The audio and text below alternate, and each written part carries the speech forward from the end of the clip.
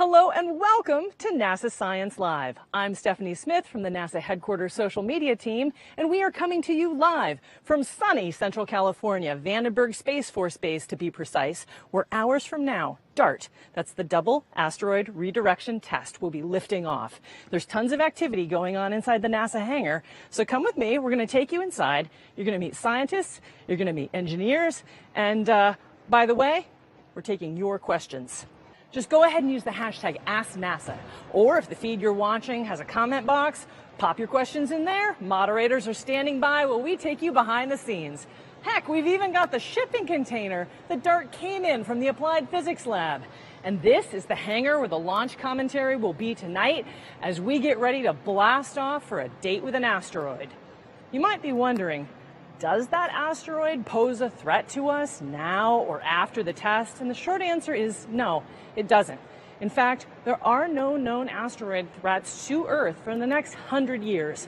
But it doesn't mean that we're not keeping our eyes on the skies. We'll get into all of that and more on NASA Science Live, but first, let's do a deep dive on DART. In case there was an asteroid coming towards Earth and you're there, you can actually stop it. I mean, that's kind of fantastic. NASA is crashing a spacecraft into an asteroid. What? You think science fiction, but this is real. Never in my life would I have thought I would take a couple $100 million spacecraft and crash it into an asteroid. My name is Michelle Chen. I'm Lena Adams. My name is Kelly Fast. I'm Andy Rifkin. I'm Justina Srovitz, and I help tell the story of the DART mission.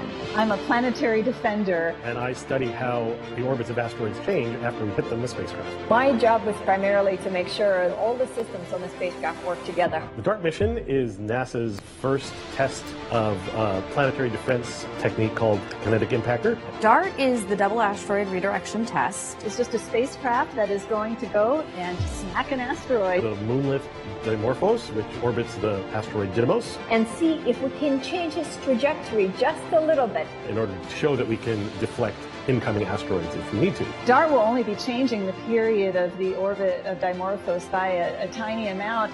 But in space, just a little bit is just enough to make an asteroid actually miss us. In the event that an asteroid is discovered well ahead of time before it might impact Earth. Behind me, you see the spacecraft. It's really cool to see it coming together in real life. It is fantastic to see it in real life. To see it turn from ideas into real pieces that are going to go into space. The solar arrays will actually roll out to 28 feet in length. Once the solar arrays are deployed, it's going to be the size of a school bus. As the solar array opens out, it's going to swing out in this direction. The asteroid's only 2 football fields in size. We're flying at over 6 kilometers a second. 30 days out, we see 1 pixel on our field of view. You can see Didymos and Dimorphos as 1 point of light. About 4 hours out, our spacecraft becomes autonomous. And then that's where everything gets really exciting. You actually are seeing impact. We're super excited and nervous as well. I feel really honored and humbled to be working in an area of science that has such a broader impact, figuratively and literally. No DART. The dinosaurs are made completely extinct by an asteroid impact so many years ago. Here we are, we can actually do something about it. I think this is just wonderful. Well, now that you've had a chance to see what DART aims to do, we know you've got questions. Let's go ahead and meet the folks who've got answers. Joining me now are Dr. Lori Glaze, the Director of Planetary Science at NASA headquarters, Lisa Wu, Mechanical Engineer at Johns Hopkins University Applied Physics Laboratory, or APL for short, and then also from APL, Dr. Nancy Chabot, the DART Coordination Lead. All right, well, thanks so much for being here. How are you feeling on launch day? Amazing, exhilarated. I mean, I just can't even believe this day's here. So excited, so excited. Got to go out and look at the rocket this morning, and it's on the pad, and we are so ready to go. It is just so amazing. We are on the pad. We're going to launch tonight. And it's beautiful here in so California. Nice. Yeah, Vandenberg Air Force Base, Space Force Base, man, old habits die hard, can have some really, really thick marine layer and clouds, but the skies are clear, and let's hope for a good liftoff, but also clear skies and good visibility. Exactly. Okay, so this show is all about questions. I'm going to start with a few of mine, and then we'll get to yours. Okay, so Lori, the big question, why is the DART mission important? Why do we have to do this? Great question. This is a really, really important mission because it is humanity's first ever mission to try and deflect an asteroid to help us prepare for a potential danger in the future. So what we're going to try and do is move this asteroid, just change its orbit a little bit, and demonstrate that we can actually do this. This is really, really important that we do this now when we are in a point where we don't know of any asteroids that are potentially dangerous right now, that are a significant threat, I should say, those that are a significant threat over the next 100 years. But we want to test this technique so that if and when we discover an asteroid that might be a potential threat, we have this tool in our belt and we're ready to go. Luck favors the prepared, so we want to test the technology before we need it. Absolutely. Okay, all right. Now, Lisa, on the engineering side of things, you have been with this mission since it was a little baby CAD drawing, and now it's a full-fledged spacecraft sitting on top of its Falcon 9 rocket. Oh man, can you tell us more about this amazing machine? How it works? What are its parts? How is it going to do the job it's made to do? Sure, of course. So part of the DART spacecraft, we have this instrument called Draco, and it's basically a camera, the eye of the spacecraft, if you will. On board, we also have this algorithm called SmartNav, built at APL, and together, these two things work as the eye and the brain, and that is how we will go and get to our target. And then on the spacecraft, of course, because our #1 mission is to impact this asteroid, that means, we can do a few more technology demonstrations. So we have some really cool technologies like the ROSAs, the rollout solar arrays. Those are really cool because they literally roll out like a yoga mat, and those are solar arrays. We have our NEXI ion engine, and that's going to test out the ion engine. We also have our high GaN antenna that uses a radial line slot array. So there's so many cool technologies on this mission, and I'm just so excited to have been part of it. You're like a glowing, proud parent over there. Are you Basically. Sure? Are you sure you're going to be okay when you destroy your spacecraft by slamming it into an asteroid? I worked really hard on the spacecraft, but this is for the science. So I'm okay with it smashing this asteroid. Okay, for the greater good? Yes, for the greater good. But one follow-up question on that. If you destroy the spacecraft, which is what you intend to do on a successful day, how will you know? How will you see it? So when we're approaching this asteroid, Draco will be sending all these images back to Earth until it doesn't. And then 10 days before we actually impact, we will be deploying a CubeSat, and that CubeSat will be taking pictures of the entire impact. So we will also be getting all of that really cool pictures. So stay tuned. All right. Okay, from engineering over to science. Nancy, this is the first time that we're doing a test of a kinetic impactor. What are you most looking forward to about this test?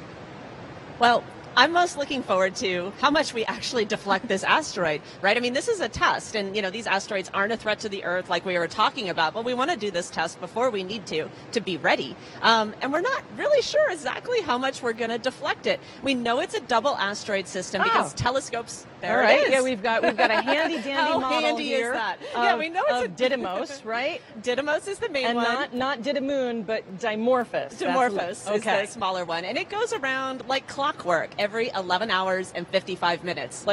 So we're coming around. Sure. Just like a going clock. around every 11 hours and 55 minutes. And telescopes on the Earth discovered that this was a double asteroid system and know this, and that's why they've gotten this down really precisely. And so what's going to happen, it's going around. Okay, we're coming around. And then the DART spacecraft's going to come and slam into it head on. Oh, thank you, Laurie. That's perfect. And there we go. DART spacecraft totally destroyed. How are we going to know how much we deflected it? DART spacecraft is not going to tell us. The Italian Licia CubeSat is long gone after some spectacular images. Telescopes on the ground, again, are key to this mission. And we think we're going to change it by maybe about 10 minutes. So the clock will be more like 11 hours and 45 minutes going forward, but we're not really sure. Could be less, could be more, and that's what I'm most excited about learning. And because this is bigger than DART. DART is just the start. We're doing this first test, but we want to understand this to potentially protect the Earth in the future. So I think that also makes this really exciting, that it's not just this one test, but how are we going to apply it going forward? Fantastic. Okay, so those are some of my questions. What are your questions? Remember, you can use the hashtag AskNASA if you are on Twitter or Instagram. If you've got a live chat like on YouTube or Facebook, just pop your questions right there and the moderators will get those over to me. And as they do that and we begin to ponder your questions, here's one more for you to ponder. How will DART deflect an asteroid in space? We asked astronauts Shane Kimbrough and Thomas Pesquet to demonstrate in microgravity. Hi everyone, I'm Thomas Pesquet and I'm with my favorite astronaut Shane Kimbrough up here on the space station. Today we're going to talk about a very cool new NASA mission. It's called DART. Can you tell us and tell me a little bit more about what is NASA's DART mission and what does NASA DART mission stand for? Okay, yeah, so DART is NASA's first planetary defense test. So we're gonna try to do something we've never done before with a spacecraft. DART stands for Double Asteroid Redirection Test. So a nice acronym. NASA does like acronyms. DART is another one. Now the purpose of this spacecraft and this mission, it has one purpose, and that's to crash itself into an asteroid and try to redirect it or try to move it into a different orbit. So today, Shane, we're gonna demonstrate some of those principles that you laid out before, but can you tell us exactly how we're going to do that? Well, I can try. It's the first time for us, but we're going to try to demonstrate this asteroid kinetic deflection method, which is really the moment that spacecraft crashes into the asteroid. So we're going to use microgravity up here because we have that all the time. And we're going to try to show you kind of how this is going to work when the asteroid is hit by this spacecraft called DART. So here we go.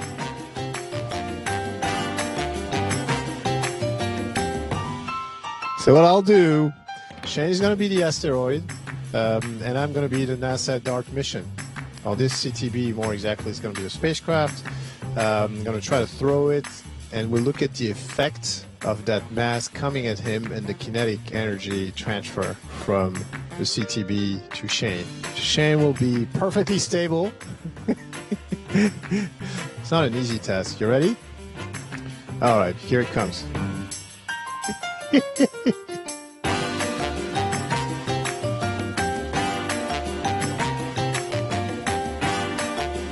I've redirected Shane successfully. Pretty good. A while ago, we got out the door and we got some new solar arrays here on the space station. And so the same technology we have here now on the space station is going to be used to power the DART mission on its way to this asteroid. ROSA, in case you didn't know, but you knew, it stands for ISS Rollout Solar Arrays. So we got a chance to go outside and install the very first two of these new IROSAs, or Rollout Solar Arrays, on the very end of the space station, out on the port side.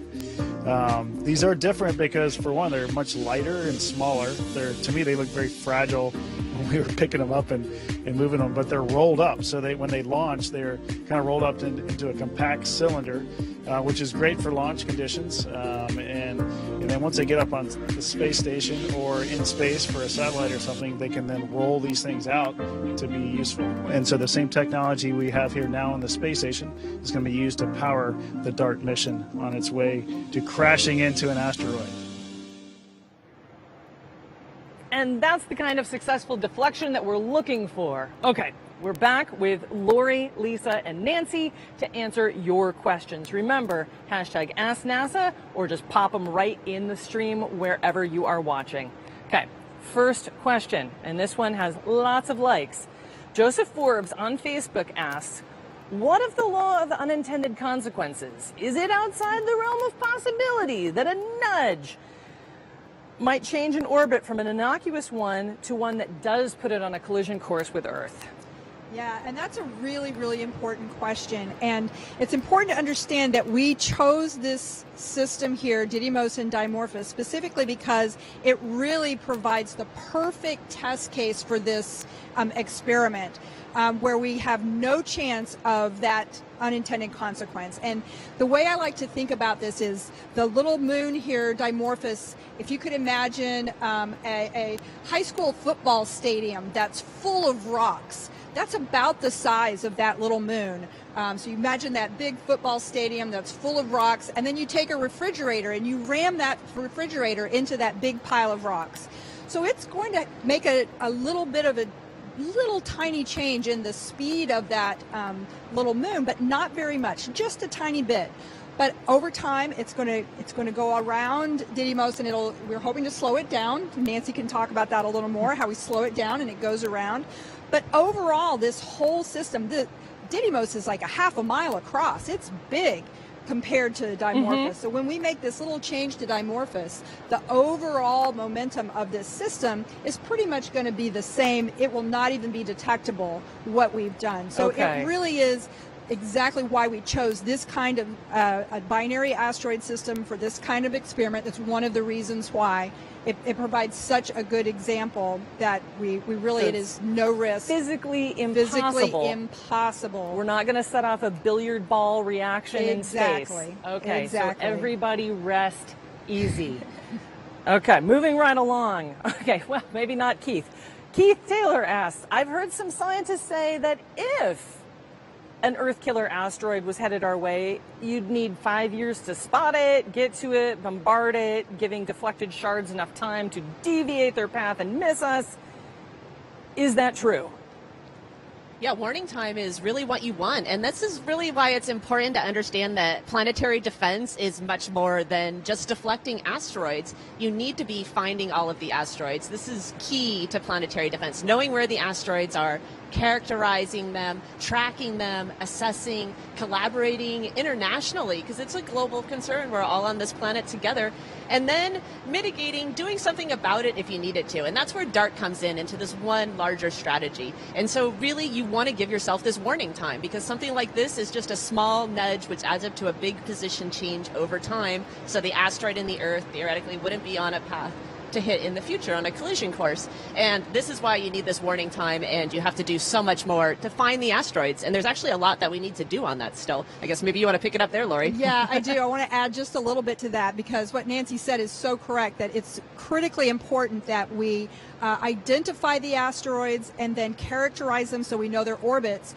And so right now we have ground-based telescopes that are observing the night sky every night, looking and searching for these asteroids. We actually also have a space-based telescope called NEO-WISE, which was a repurposed astrophysics mission that was originally called WISE, and it's out there also looking for asteroids. But we know there's still many of these smaller asteroids out there that we haven't discovered yet. So we actually have a new mission that we've just started called NEO-SURVEYOR, the Near Earth Object Surveyor mission. And it's just getting underway now, and that's going to be a really powerful mission when it gets launched a few years from now, that its sole purpose is to really every day and every night to be searching the skies looking for these asteroids, essentially the same size as Dimorphos, helping us better understand what the potential threats are that are out there. Always keeping those eyes on the skies, right? Okay, so back to little Dimorphos here for a second. What's going to happen to the debris from the asteroid? Well, the debris is actually, we think, going to be an important part of the experiment. So we think DART will come speeding in at 15,000 miles per hour, and it's going to crash into Dimorphos, right? But we think that ejecta is going to go off in the other direction and actually give it even an extra push, like a little jet engine that shoots out from it, right? The rocks shoot out from it in the other way. And but how much of that happens is one of the reasons that we want to do this test on a real asteroid too, because real asteroids have different shapes and different sizes and boulders, and how are they put together and what is the strength. So then this debris though is very, very small. It'll stay with the system, and again, no threat to the Earth whatsoever. All right. So let's go over back to engineering. Yadi on Twitter wants to know, how do you know if it worked? Well, you see, we have this camera, Draco, as I mentioned before, and that's going to be sending pictures back to Earth. And about 4 hours out, that is when SmartNav, the brain of DART, actually will start taking over. So we will not be joysticking the spacecraft from Earth. It's fully autonomous 4 hours out. And then at 1 hour is when we actually will start seeing the smaller asteroid. And SmartNav will start firing off thrusters, getting it closer and closer to its target until, we will hit it. Okay. So, question for the entire panel here. Logan on YouTube wants to know, how long have you been working on DART? Oh, I think Lisa should start on this one. Okay, because I think we've got you're coming at this from a lot of different angles. Correct. From sort of the NASA science and business side, right. Engineering, building, and then the science that really starts with with that impact. Yeah, so I've been on DART for 5 years, about when I started and joined the DART team. So NASA started initial development phase of DART in 2015, and I started shortly after that on the project as well. And it's just been a joy to join this team. One of the things that I love about being on a team like this is it takes so much different expertise to all come together in order to accomplish something that's so much bigger than any one person could do on their own. And DART obviously is a key example of that, and I'm just overjoyed to be a part of this mission. Yeah. So I've been on DART for 3 years. This is my very first spacecraft, so I'm super excited for launch and the fact that I was a part of building the spacecraft. Like, how many people get to say that I built the spacecraft? Like, wow.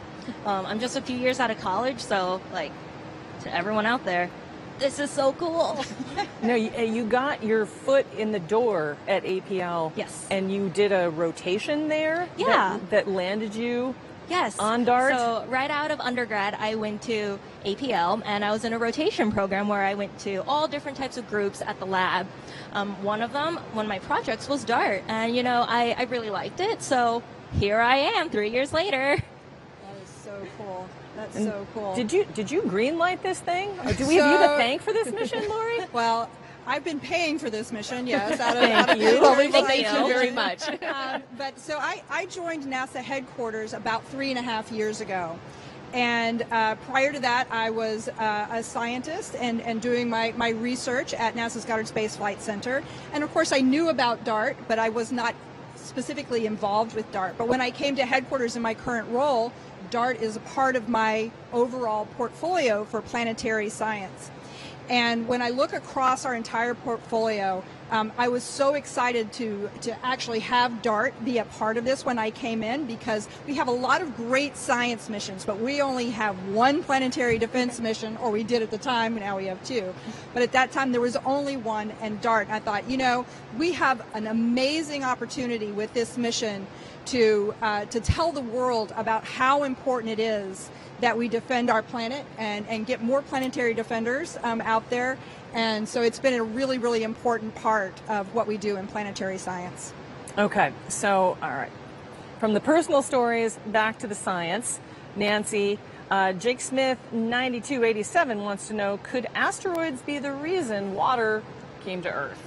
Oh, that's a great question. Yeah, I mean, asteroids are fascinating objects. They're the relics of the early solar system. They were the building blocks of the planets. And so they really did bring a lot of important stuff to the planets. Water might have been one of them, along with other materials. That's really an active area of science that's fascinating. And we have some other missions that NASA's doing that are really in a position to address that, specifically like the OSIRIS-REx mission. So maybe, Lori, you want to say a few words there? I'll say a few words. We're here to talk about DART today, but I will give a quick shout out to the OSIRIS-REx mission, which collected a sample a year ago in October, and is now on its way back to Earth to bring that back. And that's a particularly special asteroid because we do think not only did it have water-bearing minerals on it, but also organic molecules. So not just delivering water to Earth and other planets, but also the building blocks for life. And as Nancy says, these are fantastic relics of the early solar system that each tell us different parts of the story of how our solar system formed and evolved. I think that's what's neat about asteroids, too, is that you kind of can look in the past, right? These things that are before the Earth, right, that we can look back to see how they did. But we're really talking here about the present, right? With what the current threat to the Earth might be from these, and then preparing for the future, where we can be ready to do something about this if we needed to. So it sort of spans this whole thing with asteroids. Yeah, well, OSIRIS-REx is on the minds of others, too. Astro Balrog on Twitter wants to know, does the DART mission have a volunteer ambassador team like OSIRIS-REx did? And if so, he wants in. Or she, or they. But Astro Balrog wants in. Okay. Planetary Defenders? Would that Planetary Defenders. I think that's the best way to go there. And you maybe have the URL there for the Planetary Defenders. Stay tuned. You have to wait a little later in the show, but we'll tell you how to be a Planetary Defender. And I will say on the DART website, we recently posted some great outreach materials. So you can go under outreach on the DART website, and there's a kit where you can build the DART spacecraft out of blocks. That's so cool. Yeah, I saw that the other night. It's awesome. There's a virtual spacecraft that you can kind of go like Pokemon Go and like put it out there and take your, see it in your scene, and some other fun things. So definitely there's a lot of stuff ramping up, and check that out. Okay, so back to our system. Seth on YouTube asks, how close are Didymos and Dimorphos to each other? If you were standing on one, would you be able to see the other? Yeah. That model's to scale. Okay. And so this is the right scale for how it should be. So I don't know if people are familiar with the Washington, D.C. area, but this is the analog that I have in my mind. Okay. The whole system, Didymos and Dimorphos, would fit between the U.S. Capitol building and the Washington Monument. So you can absolutely see the Washington Monument from the Capitol building. Right. And you would see Dimorphos from Didymos. There we go. Okay, so Nancy, Lily Hall on Twitter wants to know, how long ago did you identify the target asteroid? Well, there was the 1990s that this was discovered to be a binary asteroid system. A double asteroid system was the first time that was seen. I mean, so, but, DART mission didn't exist then. So, it was sort of talked about in some science conferences and planetary defense conferences, this whole idea of a double asteroid system. Actually, one of my colleagues, Andy Chang at APL, was one of the ones who originated it. He likes to tell this story where he was exercising in his basement, and it just sort of came to him. And anyways, then he sort of shared it with colleagues who have been thinking about planetary defense, and Didymos is just the ideal target because of this double asteroid nature. Nancy, do you want to talk for just a minute about how we know it's a binary asteroid and how we know what the orbit is of Dimorphos around Didymos? Yeah, what's really interesting, right? I mean, and even if you look at the model, like those two are pretty close to each other. And from Earth, it just looks like a single point of light. You can't see that there's two asteroids there. Especially if it's back but, okay, here. so yeah, so when it's behind like that, right, what you only see the big one, so it's less bright. But when it comes out to the side, there it's brighter because you're getting the light from both of those objects in the same frame, and then it's darker, and then it goes around. And so you just map out the brightness versus time, take lots of measurements, and over this 11 hours and 55 minutes, this brightness versus time changes. And that's really a great way, and that's the same technique that's going to be used to figure out how much we deflected the asteroid. So it's a great story.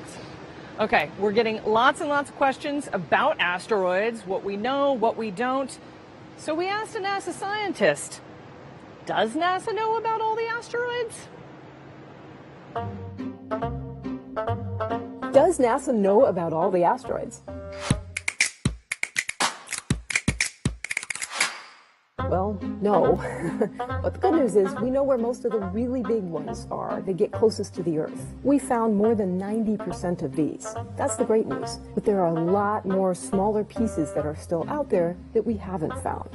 It's really challenging to find asteroids and comets simply because even though some of them are as big as mountains, space is incredibly huge, and these things can be really far away. In fact, we want to find them when they're very far away from the Earth, so we have lots of time to take action if we ever find one that's really headed in our direction. Asteroids are both a source of fascination, but sometimes fear, because we wonder, can they hit the Earth? It's really incredibly unlikely that a significant asteroid impact is going to occur in our lifetimes. However, that said, if even one happens, it could be really bad. And that's why we want to go out and look for these objects and make sure that the Earth and an asteroid never get too close for comfort. So does NASA know about all the asteroids? Well, no. But we know what we have to do, and we're on the job, and we're really glad to be part of Team Planetary Defense.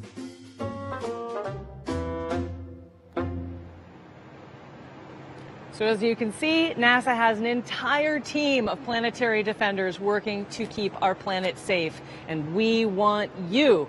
That's right. You can become a planetary defender today by visiting bit.ly.com/planetary defender and test your knowledge. If you do well enough on the quiz, you will be able to get a special badge that you can share on social media, #planetary defender, so that we can see it over on the social media team here at NASA. And with that, we're going to go back to questions. Okay, next one up is from Matthew Cummins. How do you determine what weight the spacecraft should be and its speed in relation to the weight and speed of the asteroid in order to change the asteroid's trajectory? All right, physics question coming at you, engineer. Momentum. Physics. So, as we all know, the asteroid is quite large and DART is quite small. We're about the size of a smart car and we weigh roughly like 1360 pounds. So, you know, compared to how big the asteroid is, which, as you said, it's like a football stadium filled with rocks, we're like really, really small. But we are going super, super fast. We're going 15,000 miles per hour, which for scale is like 4 miles per second. So try going that fast. That's really fast. And with that and, you know, momentum, you hit something, transfer momentum. That's how we're doing it. The good old F equals ma. Yes. All right, my favorite equation. Okay. Do you have favorite equations, or is that just me? Okay, just me. I guess it's just you. Okay. We Don't love leave all me equations. hanging, Internet. If you have a favorite equation, please post it in the chat, and I will go back and I will like it later. Okay. Calicini, Craig McGuire, how long is it going to take DART to get to this asteroid? Nancy, how long do you have to wait to start your science? Well, once we launch tonight, and then it'll be 10 months. So late September of 2022 is going to be the smashing event, if you will. And so, yeah, thank you very much. I know there's a lot of bad puns out there, so I just embrace them. But yeah, then we'll use the telescopes on the Earth. We'll actually continue observing until around March of 2023, even, because we're timing this in 2022 such that the distance between Didymos and Earth is still large, totally safe, but is minimized. And so the telescopes on Earth are going to get the most precise data that they possibly can. They'll be able to observe for months in order to really get a measure of how much we deflected this asteroid. So, and at this point in the day, it's still fall 2022, late September, early October. But how soon are you going to know when you have your date with Destiny?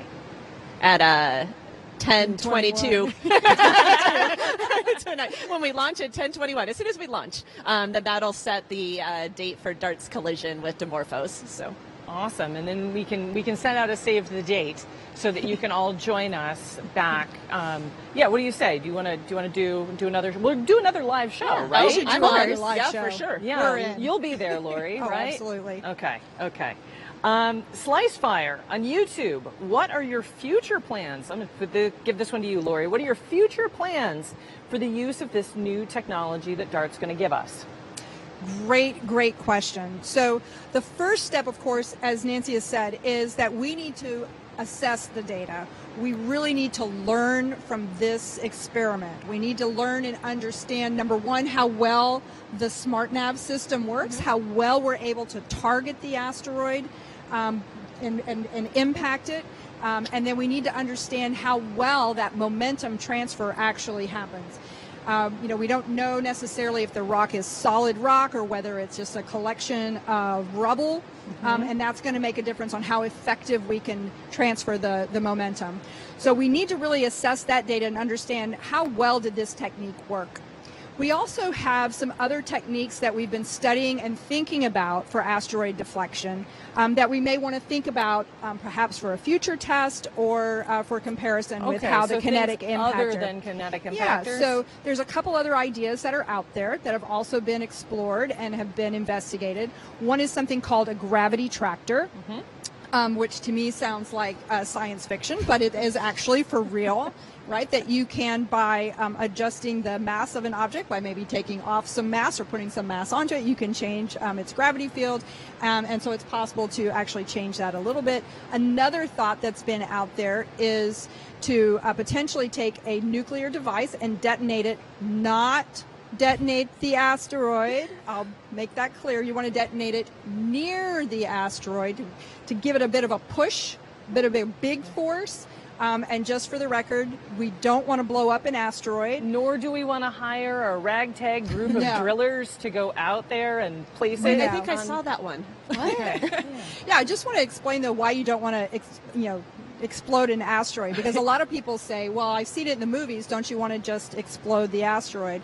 And the problem with that idea is that if the asteroid is on a collision course with Earth and you blow it up, you then not just have one rock coming towards Earth, you now have thousands of rocks coming towards Earth. Now we have new problems. And then we have new problems. Okay. So we really don't want to blow it up. Okay. So those are things that we're thinking about for the future. I already mentioned the NEO Surveyor mission, which is another thing we have in our pocket for the future. A really important part, as I said, to make sure we find all of the asteroids and then we know which ones are potential threat. Right now we know all of the asteroids. We think we know almost all the ones that are really big, the ones that could like wipe out the dinosaurs, that kind of size, but the smaller ones like Dimorphos and larger, we still know there's a lot out there we haven't discovered. And obviously we're really excited about the Hera mission too. So so the European Space Agency is going to rendezvous with the Didymos Dimorphos system with the Hera mission in 2026, which is going to be great. They'll be able to see the crater made by DART. They'll be able to get the mass of Dimorphos and really characterize the system even more. So along with all of everything that Lori said, we have to figure out from DART. And we're still really working collaboratively with these two teams, as is important for planetary defense, international issue. Absolutely. Okay. So obviously, Earth, we're all very, very invested in watching out for asteroids on the collision course with Earth. Origami Masters on Twitter wants to know, how often are there asteroid impacts with other planets in our solar system? Regularly, all the time. In fact, we've even seen some of them from Earth.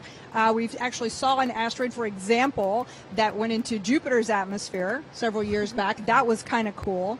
On Mars, where we've been having spacecraft that orbit at Mars for decades now, we can see new craters all the time that are being created by asteroids that impact on Mars. So we know this is a process that's happening all over the solar system.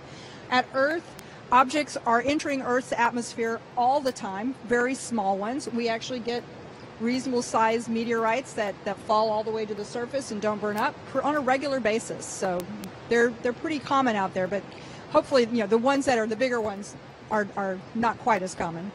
Okay, so we have teacher and her students all the way from Hawaii. Hawaiian Disney Mama on YouTube asks, aloha, my students want to know if the asteroid didn't hit Earth back in the day and wipe out all the dinosaurs, would dinosaurs still be alive today? We're going to test the breadth of your science. That is speculation. That is a really hypothetical question, because there's so many variables at play there. So many different things that have happened since that time. It was quite a long time ago, of course. Fair. But the one thing we like to say is that the dinosaurs didn't have the Planetary Defense Coordination Office. They didn't have a planetary defender to help them save the day. So they didn't that's have what we're here to for. build a spacecraft to go out there That's right. and save them all. Okay. But thank you, and we hope that you'll be watching. Yes. Okay. On to Shannon Wayne Bowman on Facebook. Ooh, will we get to see it crash live?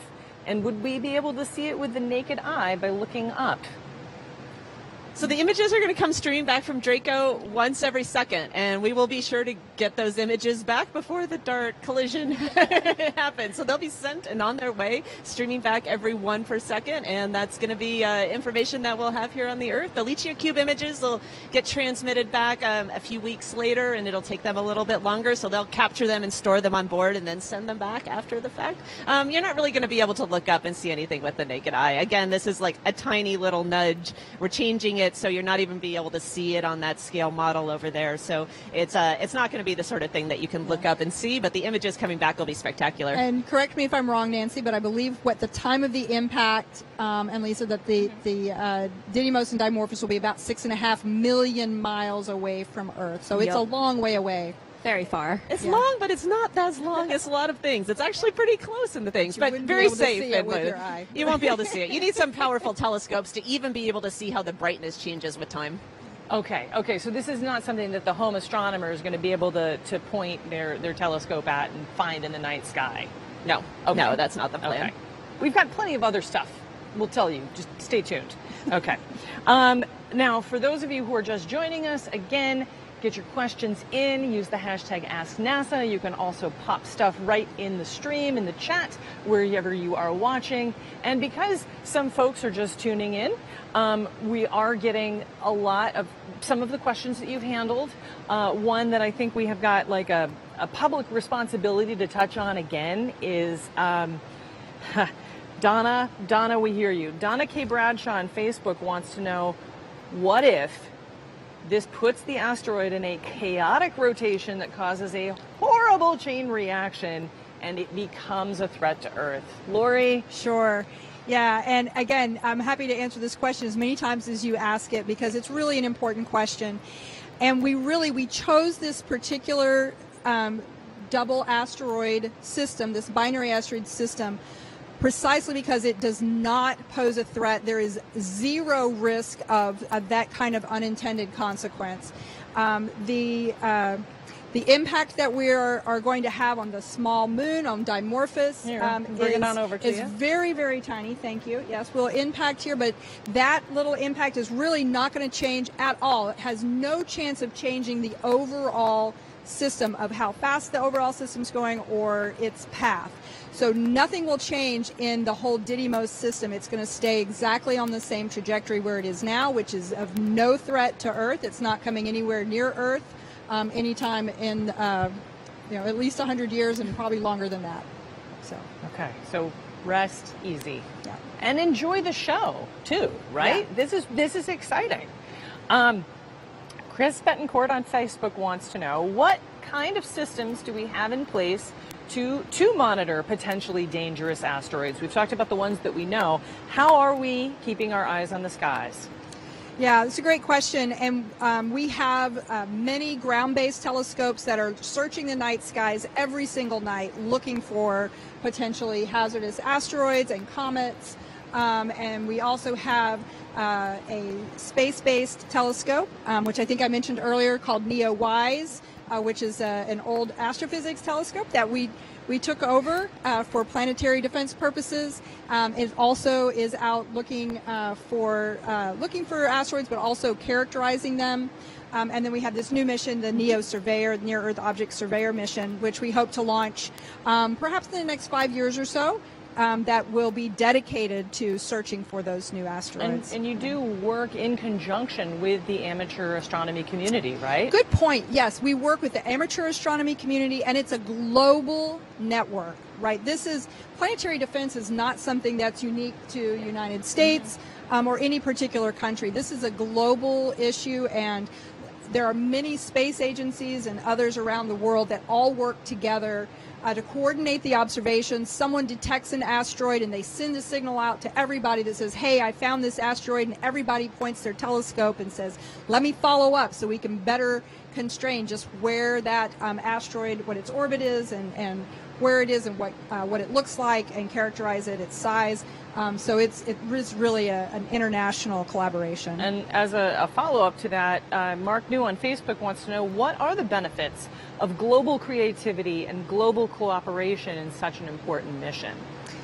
Well, I think the global cooperation is absolutely critical. If there ever were actually a real threat, we are all going to have to come together as a global community to help put all our resources together, whether it is to make sure we better define the threat, to put together whatever the mitigation plans are, to help protect ourselves from a potential threat.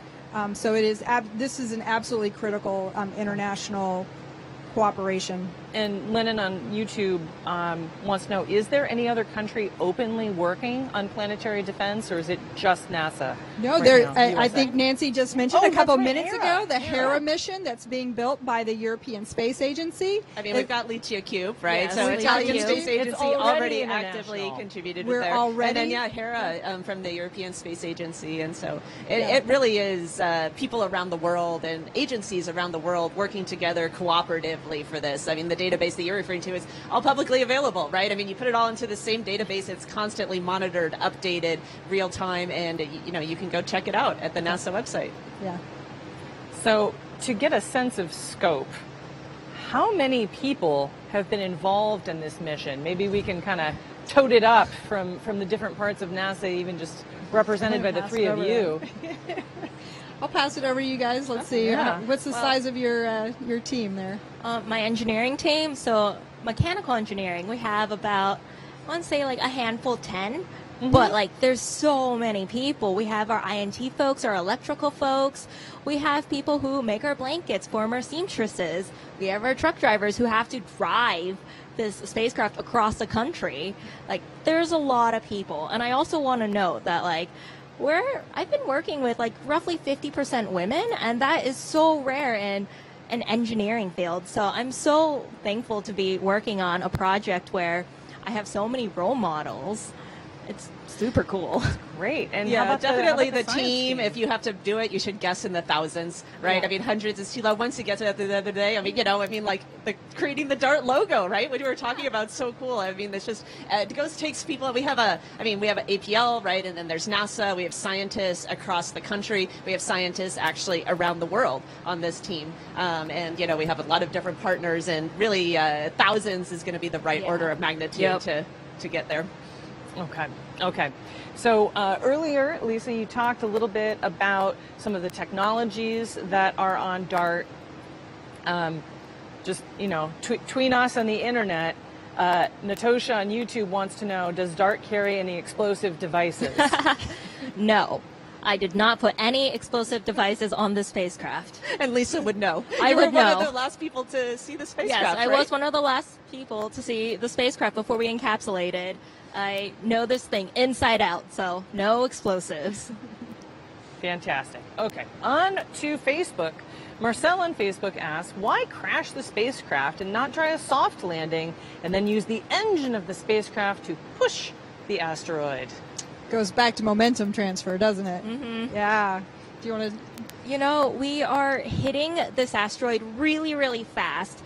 The amount of thrust we'll need if we, per se, landed on the asteroid and try to, push ourselves, it's way, a lot. It's much easier just to use the momentum, or we already have 15,000 miles per hour to hit the asteroid. Yeah, but I think Lori's point is good too, right? Yeah. I mean, that this is just one technology, Exactly. right? It's the most mature. It's the one that's ready to test now. Mm-hmm. Maybe in the future we'll want to have other tools in our toolkit. And people have talked about using engines, specifically the ion engines, but you'd have to have it burn for a really long time, right? I mean, as compared to this instantaneous event, you would have to operate the spacecraft. And that's challenging in its own right, right? To have that sort of fidelity. And asteroids are not round. They have all sorts of complications with them, and landing is its own complication. But DART really is just the start. It's just the first test of one technique that you might use, and it'll be interesting to see what else we might develop in the future. And you got to walk before you run, right? It is a technical challenge in and of itself just to make contact with this. Okay. So, Lori, and that is another sort of tween us questions. Boo on Facebook, who's watching from Canada's East Coast, wants to know, if an asteroid was headed straight for Earth, would you inform the public? Absolutely. Also, I don't even have to think about that one. We have, before you get to the rest of the question, we actually have not just a group that is collaborating and cooperating amongst multiple federal agencies in the United States, but working with other agencies around the world. We meet regularly. There are conferences every year to bring all of these various entities together and talk about what are we going to do and how are we going to communicate this if we ever had a potential threat. So absolutely, The public would be told. We would provide the best information that we have available, and we would start developing what the mitigation plans are, and also any kind of protection plans that we need for people. So there's no doubt. And also, we couldn't hide it. No. No, you can't. Like you look up those amateur astronomers that we depend on so much to help give us more observations. Yeah. Everyone would see it. As Nancy said, when we look at these data and we calculate the trajectories and their orbits, this is in a public database. Anybody has access to that. So as soon as an asteroid's discovered, you can know about it too, right? That's I mean, right. it's out there. Yeah. So maybe you took the Planetary Defender quiz, it whet your appetite, and then you want to join us. We'd be happy to have you. You bet. Okay. So Nancy, talking about our little asteroid here, our little football stadium full of rocks. James Taylor on YouTube wants to know, do you know the composition of these two asteroids, especially the one targeted for impact? Yeah, that's a great question. So what we do know from ground-based observations, again, is the larger one, Didymos, is a S-type asteroid. It's an ordinary chondrite-type meteorite material. This is actually the most common type of material that falls to the Earth. We haven't actually directly measured Dimorphos, but the way that we think that binary asteroids form, these double asteroids form, it's going to have a similar composition to the main one. So good likelihood that it's going to be made of this ordinary chondrite material, which ordinary chondrites are mixtures of rock and metal mixed together. They're 4.5 billion years old. They predate the planets. They're fascinating just from the science that you get from them as well. But it also makes it really relevant because it's the most common type of thing to hit the Earth. So that makes this a great test and a very appropriate test for DART. Okay, so Jay has a very practical question on Facebook. For someone who's interested in entering a field like the three of yours, science or engineering, what basic courses do you suggest to set you up for a career involved with a NASA mission? That's a great question. I'll give some of mine and then we can all jump in here. For me, I got started doing math and physics, and I think that's probably fundamental for a lot of things, but I would definitely encourage math and physics for sure. Yeah, same. I love math and physics. That's something I really enjoyed in high school, so I decided to keep going with it. Engineering sounded cool. You're solving problems, building things, so that's what I went with. Yeah, I have a PhD in planetary science. I was just fascinated by planets. I blame Star Wars, which I love from an early age. But I guess also one thing I want to stress is that you should do what you're passionate about, and that it really does take all types to do this NASA missions. I mean, if you could look around where I am right now, you would see people with lots of different skills. And I mean, communicating is an important part of this as well. Yeah, right? If somebody had told me when I was 17 years old that science communication was a job, I would not have taken the sort of circuitous path that I did. I'm glad that I did, though, because lots of different skills go into this, and when I was in school, social media wasn't even a field. Right. Well, Nancy makes a great point. It's something when I give public talks, especially to kids, try to always emphasize that, people say, I want to work for NASA, but I'm not good at math or science, or I don't want to be a scientist or an engineer. So, well, we have lawyers, we have financial people that do our budgets, we have communications people, we have artists, we have animators, we have policy people that help us deal and work with Congress. We have so many different skills that are really required, and we can't do a mission like DART or any of our missions without all of those skill sets. So you're absolutely right. Yeah, I mean, and if you think about planetary defense, like everything we were talking about, right? I mean, this has a lot of implications beyond just, the science and the engineering to make it come together, and then what that is going forward. And I think that's one of the things I really love about working at APL and on missions and with NASA missions and this sort of thing. Just so many different people coming together with a common goal. Okay, well, you are all smiles, and I've got the warm fuzzies about collaboration and the village coming together. This is going to be our final question. Kivo Bellone on YouTube wants to know, what's been everyone's favorite moment or part of the work that you have done on this mission? I think my favorite moment's going to happen tonight so far. I mean, agreed. So I'm going to go with that. I'm just so looking forward to the launch tonight. Yeah, so one of my favorite moments was, I was with this spacecraft from its youth until its adulthood, and part of integration and testing was testing it. So after this was a bare structure, we put it all together, and then we put it on a vibration table, and seeing that spacecraft shaking on a vibration table, it was crazy. I thought we were going to break it, but of course, analysis, we did not break it, and it survived, which means it will survive launch loads. So that was really cool to go through the whole testing process and just see the spacecraft grow up. That's so cool. There's been a lot of amazing moments so far, but I am going to say that my favorite moment is still to come, for sure. So I'm looking forward to DART getting off the planet and going over to Dimorphos. All right. Well, I know that you are all very busy, and everyone here, myself included, is all at Twitter about this launch tonight. So thank you so much, Lori, Lisa, Nancy, and to all of you. Thank you for joining us. This show, NASA Science Live, is nothing without you. You are part of the conversation, and we're so, so happy to have you. So thank you. And know that you can learn more about DART by visiting nasa.gov/DART mission, and join the conversation on Twitter and Instagram by using #DART mission. Launch is literally hours away, and we do not want you to miss it. So you can set your reminders, set your alarms, and know we're streaming live on nasa.gov/live, NASA television, the NASA app, YouTube, Facebook, Twitch, Dailymotion, Twitter, wherever you get your socials, we're going to be there. And we want to hear from you. DART is set to lift off from Vandenberg Space Force Base at exactly 10:21 p.m. Pacific time, because it's an instantaneous launch window. So we launch tonight at that second, or we try again tomorrow or the next day. We hope that you'll be watching wherever you are. Thanks for making some space for us, and we will see you online.